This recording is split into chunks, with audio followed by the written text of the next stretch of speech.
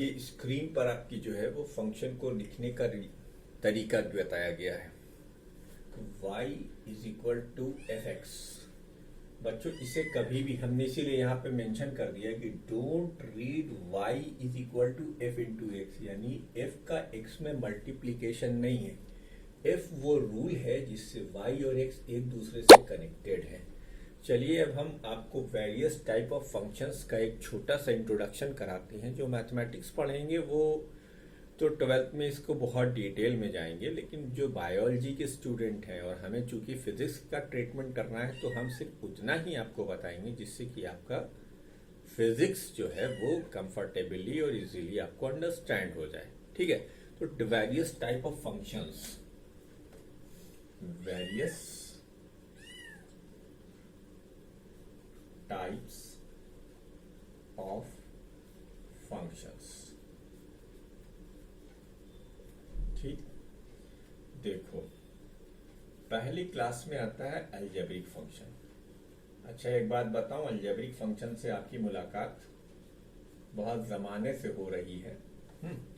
इसमें बहुत सारे फंक्शंस हैं, हम देखेंगे।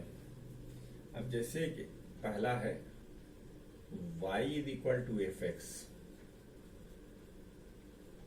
एक्स प्लस 3 या x माइनस 3 या, तो इसमें देखो बच्चों y डिपेंडेंट वेरिएबल है और x इंडिपेंडेंट वेरिएबल है। तो यहाँ x की पावर क्या है 1, यहाँ भी x की पावर क्या है 1 और यहाँ भी क्या है x की पावर 1। मैंने ये 3 इसलिए लिख दिए ताकि आपको आइडिया क्लियर रहे। तो अब y और x के बीच में जो यूनिक रूल है वो क्या है? पावर अगर 1 है तो उसे हम लीनियर कहेंगे। तो यहाँ पे लिखा जाएगा y is the linear function of x। ठीक, उसी तरीके से ये लीनियर फंक्शन हो गया। अगर आपके पास y इक्वल टू एफ, बच्चों तो f का आया है यहाँ पे, ये linear function y F X, ये तो फंक्शन को लिखने का जनरल तरीका है। अब अगर यहाँ पे लिखा हो x square plus 2x plus 1 या x square minus 2 plus minus 2 कर देते हैं, थोड़ा जगह कम है। ठीक है, या केवल एक्स स्क्वायर। तो आप देखो आपके डिपेंडेंट वेरिएबल और इंडिपेंडेंट वेरिएबल यानी y और x में हाईएस्ट पावर क्या है? यहाँ पर हाईएस्ट पावर भी 2 है, यहाँ पर भी हाईएस्ट पावर 2 है और यहाँ पर भी हाईएस्ट पावर 2 है। और इसे आपने ऑलरेडी कर रखा है। इसे आप लिखते हो y is the quadratic function of x, quadratic function of x। तो यहाँ क्वाड्रेटिक जो है वो क्या है, या इसका एक और नाम, और y is the parabolic function. क्या है बेटा? Parabolic function. ठीक है, तो जो रिश्ता है वो क्या है? पैराबोलिक, या जो रिश्ता है वो क्या है? क्वाड्रेटिक। और समझते हैं इसमें तीसरा देखो C part, y is equal to F x is equal to X cube plus 4x square plus 3x plus 1। हालांकि यहाँ पर देखो, अब कुछ अक्लमंद लोग ये कहेंगे कि सर इसका मतलब ये लीनियर क्वाड्रेटिक का भी इसमें कुछ होगा। नहीं बेटा, जब हम फंक्शन लिखते हैं और खास करके अलजेब्रिक फंक्शन, तो उसमें हम x की हाईएस्ट पावर को ही कंसीडर करते हैं। तो यहाँ x की हाईएस्ट पावर क्या है? तो हम लोग लिखेंगे y is the cubic function of x। तो यहाँ रूल क्या है? क्यूबिक का।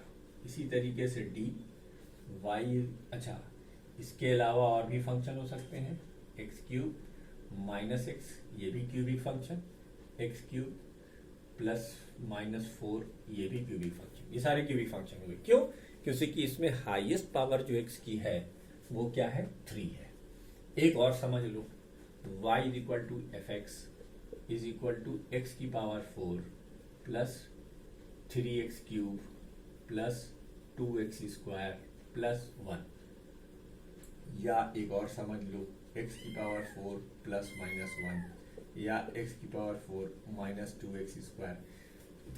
अब इसमें देखो बेटा x की हाईएस्ट पावर क्या है, 4 है, तो इसे हम क्या लिखेंगे, y is the by quadratic function, by quadratic function. ये सब जान लेना आपके लिए बहुत जरूरी है। अच्छा, ये सब किसकी क्लास में आ रहे हैं, अलजेब्रिक फंक्शन की क्लास में आ रहे हैं।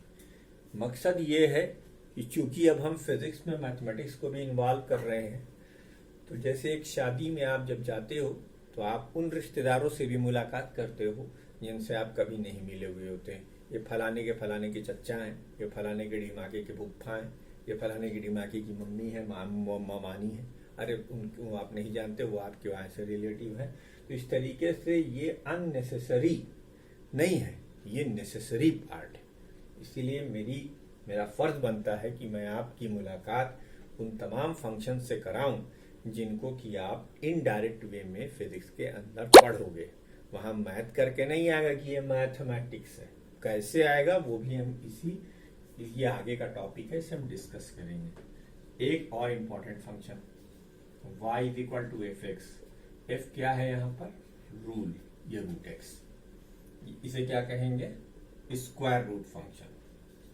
y is the square root function of x।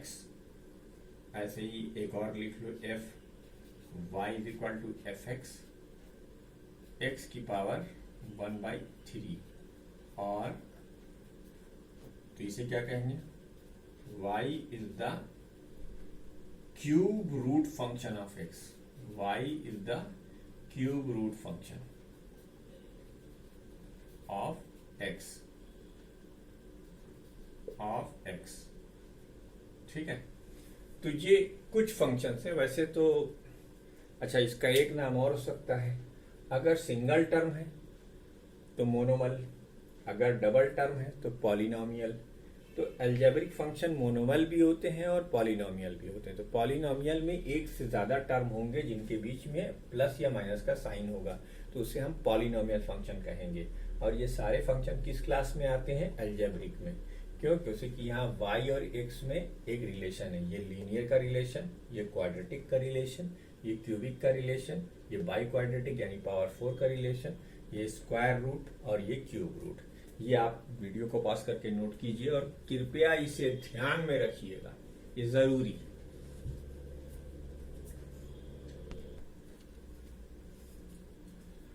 अब दूसरी क्लास का फंक्शन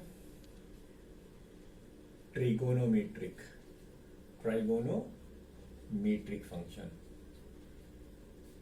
फंक्शंस। इसमें पहला है y is equal to F x is equal to sine X. ये जो y is equal to F X मैं बार बार लिख रहा हूं, ये आपको हर जगह लिखा हुआ नहीं दिखाई देगा, आपको डायरेक्ट इसके बाद यही लिखा हुआ दिखाई देगा। तो आप इसे क्या कहेंगे, y is the sine function of x, ठीक है, जिसे आप अक्सर ऐसे पढ़ते हो, साइन थीटा, ये वही है, ठीक है। उसके बाद b, y is equal to F x is equal to cos X. इसे क्या लिखोगे, y is the cosine function of x, इसे आप लिखोगे कॉस थीटा। फिर ऐसे ही सी पार्ट है, y is equal to F X, यानी अब ये रूल क्या बेटा, यहाँ f क्या है, साइन एक्स, f क्या है, कॉस एक्स, यहाँ पर f क्या है, टैन, यानी y और x को जो रिलेशन है वो टेंजेंट रिलेशन है, यानी आप लिखोगे y is the tangent function of x, जिसे आपने tan थीटा के फॉर्म में पढ़ा है, ठीक है। D y is equal to F X cot X. इसे आप क्या लिखोगे, y is the cotangent function, cotangent function of x, यानी ये कॉट थीटा। फिर e y is equal to sec X. अच्छा, इससे तो आपकी मुलाकात 10th में या 9th में मैथमेटिक्स के टीचर ने कराई होगी। y is the second function, इसे कहते हैं y is the second function of x, जिसे आप सेक थीटा लिखते हो, ठीक है। f y is equal to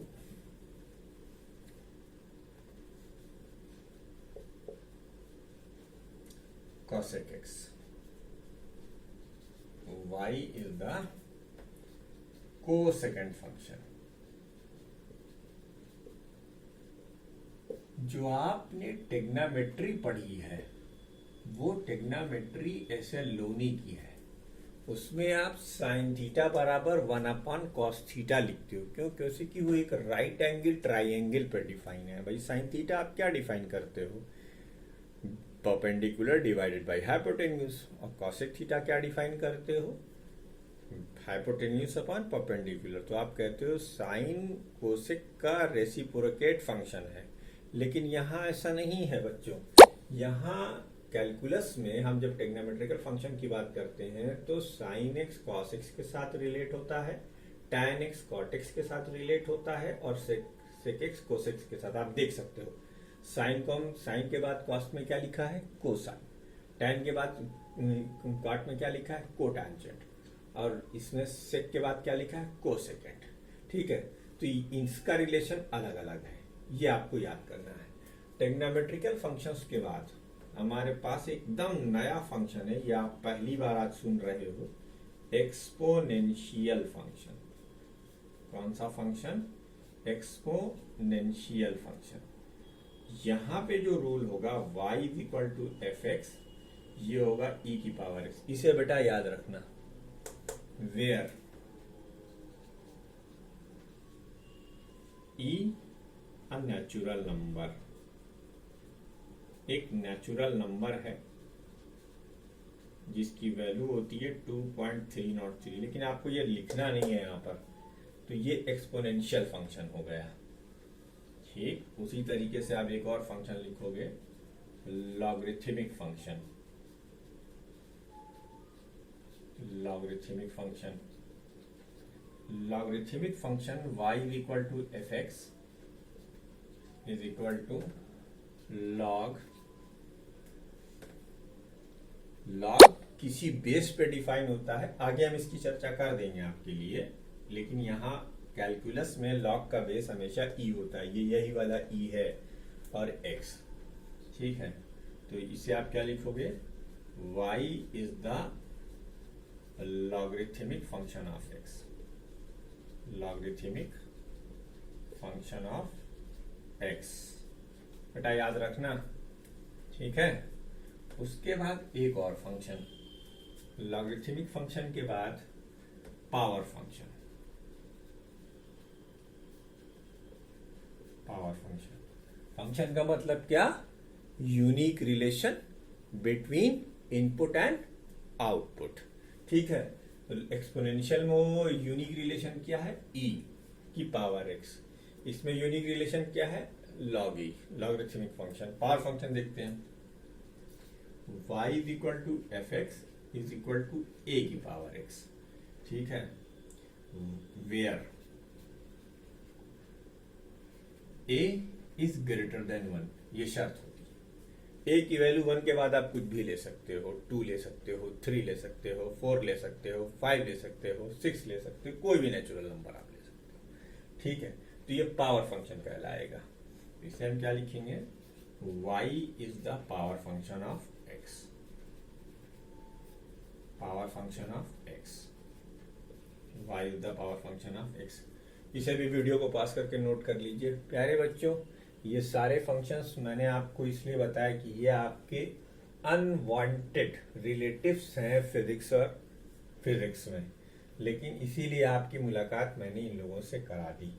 इतने से आपका काम फिजिक्स में चल जाएगा। मैं मैथमेटिक्स उतनी ही पढ़ाऊंगा जितना कि आपको बहुत ज़रूरी है पढ़ना, अदरवाइज मैं उतनी ज़्यादा मैथमेटिक्स आपको नहीं पढ़ाने वाला, क्योंकि जो मैथ लिए हैं उनके लिए है, बायो के बच्चों को मुझे खास ख्याल रखना होता है, इसलिए मैं सिर्फ उतनी ही पढ़ाऊंगा जिससे कि तो ये लिस्ट आपको पता होनी चाहिए और इस लिस्ट में जो फंक्शंस हैं वो आपको पता होने चाहिए। बाकी इसका ग्राफिकल अप्रोच, इसकी ट्रेसिंग समय समय पर हम आपको बताते रहेंगे, वो क्या है कैसे होगा वो बताएंगे। वीडियो को पॉज करके इसे भी नोट कर लीजिए।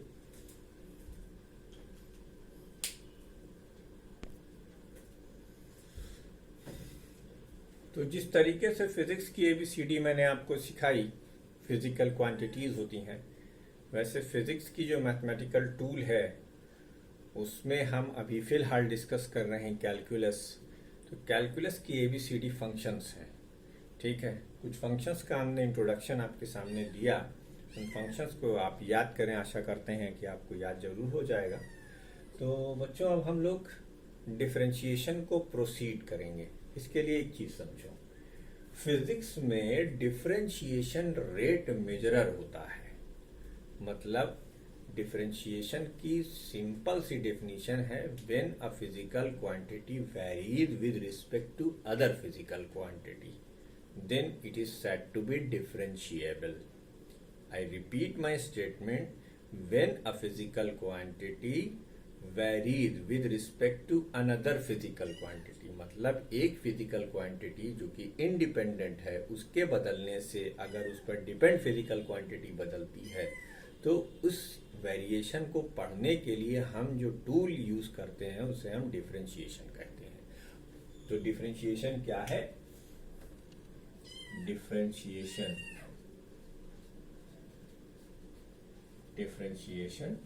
क्या है? When one physical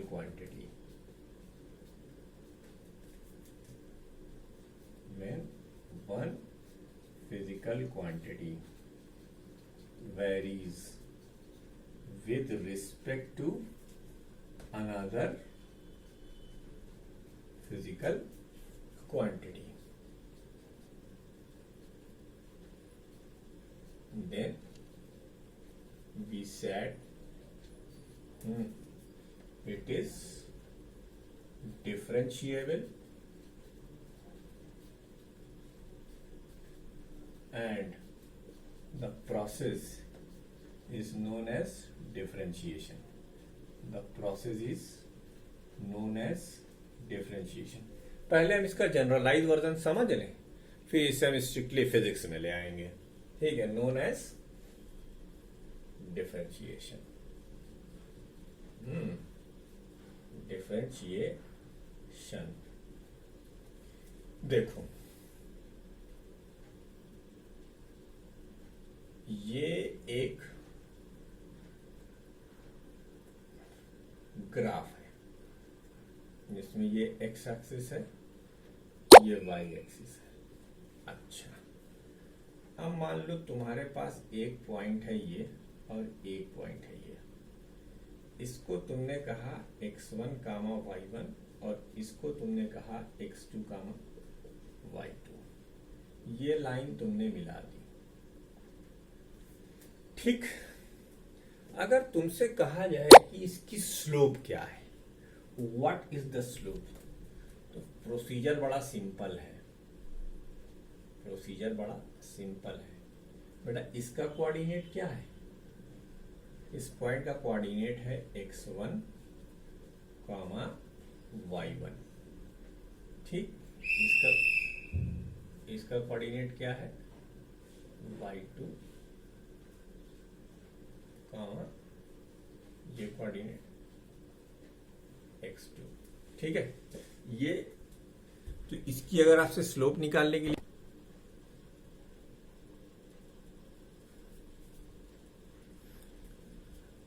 तो आपसे अगर कहा जाए कि आप इस लाइन की स्लोप निकालिए, तो आपने एसेलोनी की ट्रिग्नोमेट्री पढ़ी है, आपने देखा है कि अगर हमें स्लोप निकालनी हो तो स्लोप को हम ऐसे निकालते हैं। स्लोप यहाँ पर tan थीटा होगी और tan थीटा की वैल्यू क्या होगी, y2 minus y1 upon x2 minus x1, y2 minus y1 upon x2 minus x1। तो ये तो बहुत सीधी सी लाइन थी, आराम से आपने इसकी स्लोप निकाली, ठीक है। अब इसी में एक दूसरी चीज लो,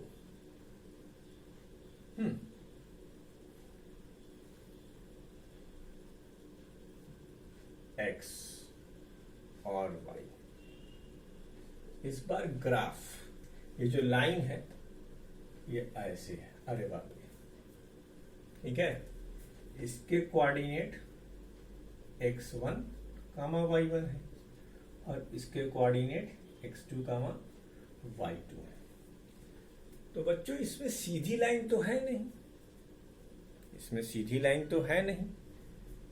अब जब सीधी लाइन नहीं है तो सीधा स्लोप भी नहीं होगा, क्वाइट ऑब्वियस है, इसमें सीधा स्लोप भी नहीं होगा। तो जब वेरिएबल हो, मैंने आपसे क्या कहा था, डिफरेंशिएशन छोटी छोटी बड़ी बड़ी हर चीज को, चाहे वो कितनी टेढ़ी मेढ़ी हो, सबको जोड़ जाड़ के रेट बता देगा आपको। तो इसमें हम पॉइंट टू पॉइंट स्लोप निकालेंगे। क्या निकालेंगे, पॉइंट टू पॉइंट स्लोप निकालेंगे। चलो मान लो हम इस पॉइंट की स्लोप कंसीडर करना चाहते हैं, ठीक है, इस पॉइंट की स्लोप निकालना चाहते हैं। तो बेटा एक कॉन्सेप्ट तुमको शायद 10th में बताया गया हो कि सर्किल की सरकमफेरेंस के किसी भी पॉइंट पर खींची गई स्ट्रेट लाइन टेंजेंट बताती है। क्या बताती है, टेंजेंट बताती है। तो अगर हम यहाँ पर एक स्ट्रेट लाइन खींचे ऐसे, तो आप देखो इसके और इसके में कुछ सिमिलरिटी दिखाई दी, लेकिन बस फर्क क्या है कि ये इस कंप्लीट लाइन की स्लोप है और ये स्लोप जो है वो इस पर्टिकुलर पॉइंट की है। अब अगर निकालना हो तो मामला आसान हो जाएगा, क्यों, जैसे कि देखो अब ये हो जाएगा तुम्हारा y2 माइनस y1 और ये तुम्हारा हो जाएगा x2 माइनस x1, ठीक, ये हो गया।